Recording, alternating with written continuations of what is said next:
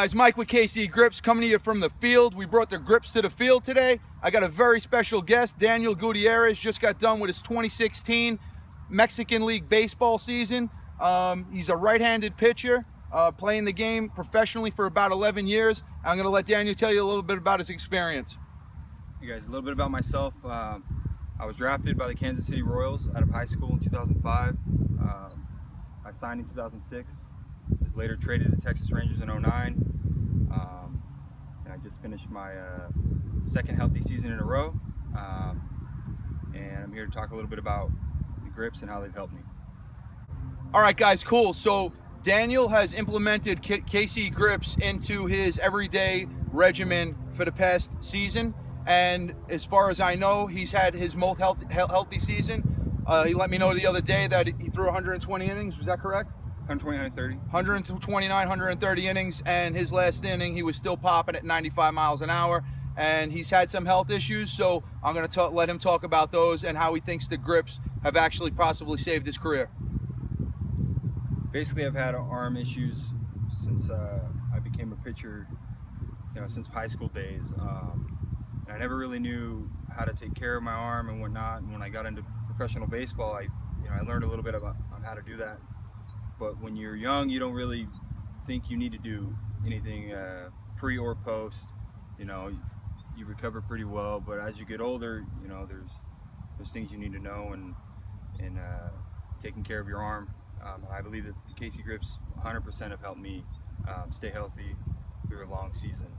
So D, I just wanted to talk to you a little bit about how you actually use the KC GRIPZ prior to throwing and then post throwing, and just give back a little bit of information on how you think these things kept your arm healthy over the course of 130 innings. I think it's very important to have a post when you're done pitching, to have a flush is what we call it. Flush your arm of the the lactic acid and whatnot. Free throwing, you want to get a good warm up with the KC GRIPZ as well, but the most important is post. You don't ever want to skip out on that, because that's it's going to help you recover for your next time out. Okay, so how many different movements do you think you go through pre and then post throwing? And then we'll go over those movements in a second. Pre 6 to 10, post I'd say 5, 6 that I use every time I throw.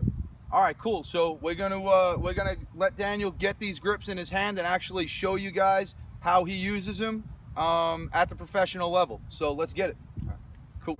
So one of our favorite exercises with the KC GRIPZ for throwing athletes is what's known as a shoulder drive. So Daniel will actually start in a stretch position. Then he'll start a little rotation, leaving the arm back like it happens. You're getting a stretch through this whole pec region. He's getting all of the cross forces through this hip into this shoulder, and then he'll just flick that wrist a couple of times to get the forearm muscles involved. Great exercise for any throwing athlete, guys. The shoulder drive. And the key here is elbow above your shoulder, always, or even. Cool. All right, guys, Mike with KC GRIPZ. We're back with Daniel Gutierrez, and he's going to actually show us what he does post-throwing. So, Daniel, go ahead and just go through some motions, and then we'll explain them in a little bit. Okay. Basically, after I'm done throwing, I'll set it up at a higher angle, and in a split stance, scaps pinched. Your scapula is pinched always, in nice and controlled movements. Pinch your scaps down at the side. That's 1. Do 10 each foot. So 10 here, left foot forward, 10 right foot forward.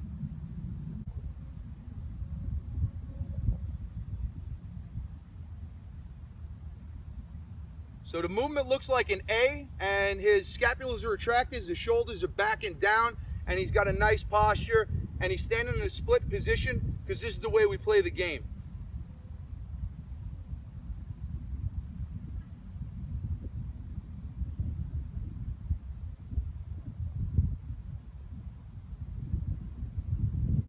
So you notice how we move these down. So with the carabiners, we move the bands down because Daniel is now going to go through a T progression. He's going to do it with a split stance. Shoulders are going to be back and down, scapula retracted, chest out, good posture, and he's just going to demonstrate a few reps right now.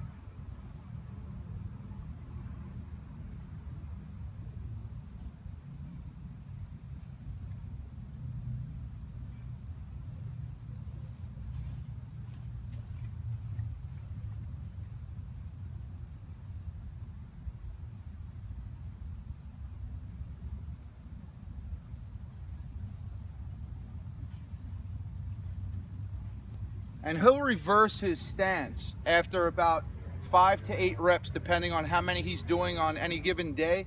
And the reason why we're doing that is because we want the posterior chain of the body to be balanced on both sides.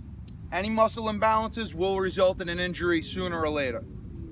All right, guys, for the next exercise, it's an external rotation. I moved the band down. It's almost parallel to my hand. I'm going to place my left arm, or in this case, my left hand under my right elbow. My scaps are going to be pinched back, and I'm going to externally rotate as far as I can go. Always under control, working your decelerators, the back of your shoulder. About 20 reps, 20 to 25 reps after I'm done pitching in a game.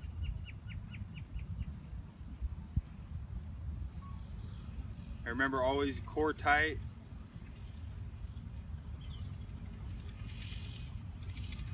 Nice and controlled. And you're doing this post throwing? Absolutely.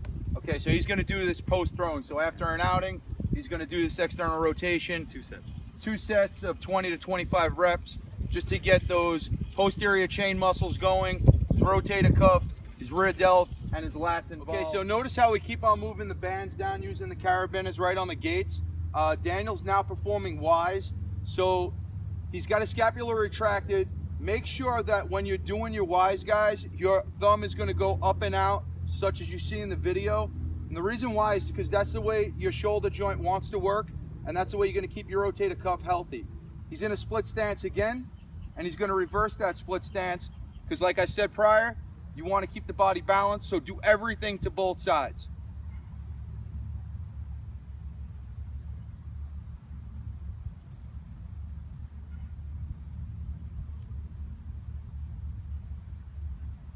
Okay, so now what we're going to go through is something that we call the reverse throw. So Daniel is going to be in a wide position, and he's going to go through the exact motion that he does when he throws a baseball. He's just going to have resistance in the opposite way. So his decelerator muscles are going to get hammered, which is going to keep him healthy over time. I start here in my landing position. Core always strong. Basically, you reach out, pull back. And when you come back forward, very slow and controlled. Keeping everything compact right here, head on line as if you're finishing at home plate.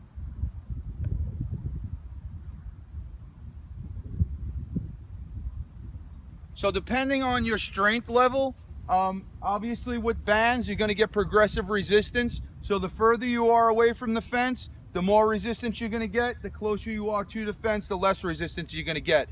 So just depending on how strong you are, your strength level will determine how far or how close to the fence you are. Great job, D. Hey guys, thanks for watching this video. It's an honor to have Daniel Gutierrez come out and actually show us how he applies these KC grips to his everyday baseball routine, his pre and post throwing routine. We got a good insight to that. As mentioned, we talked about grip strength as related to baseball and how you felt like the kinetic chain grips actually got your fingers more involved, and specifically we were talking about different pitches and rotations. Yeah, Mike, what I found to be beneficial from these grips is my curveball will be a little bit more sharp, a little more rotation on it. Cutter, same thing. Just able to spin the ball better, and velocity, same. You know, it's gone up and stayed up. I attribute that to KC GRIPZ. So I wish we had these when I was playing. We're getting them from a pro, guys. We're getting the information from a pro. As far as on my experience, I was a center fielder. I felt like when I was throwing the best, I was getting on top of the baseball and really pulling down on those seams and creating revolutions per second on the ball, and it was just going further, faster where I wanted it to go. 100%. And you know, I've tried every band and whatnot, ball that they want to give you, and I found that the KC GRIPZ over the last 2 years of my career, I've been healthy. I've maintained velocity. Everything's a little more sharp, and I really recommend using the KC GRIPZ. Thanks, D. So KC GRIPZ on the field with Daniel Gutierrez. We're going to wish him the best of health and luck with his 2017 season. Hopefully we see him in the bigs one day, and keeps on training, keeps working hard. I think we'll see him there. You will. Thanks for watching this video, guys. Appreciate it.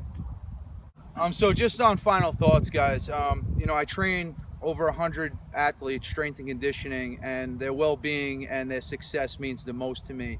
And Daniel and I were just talking off camera, and we were just talking about what it takes to make it, basically. So he wanted to say a few words on work ethic and never giving up. And he's 29 years old and he's still trying. He's still playing professional baseball, making good money in Mexico.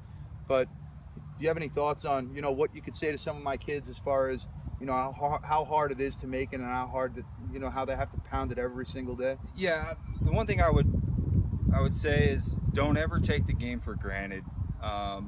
I've done that and it's came back to bite me.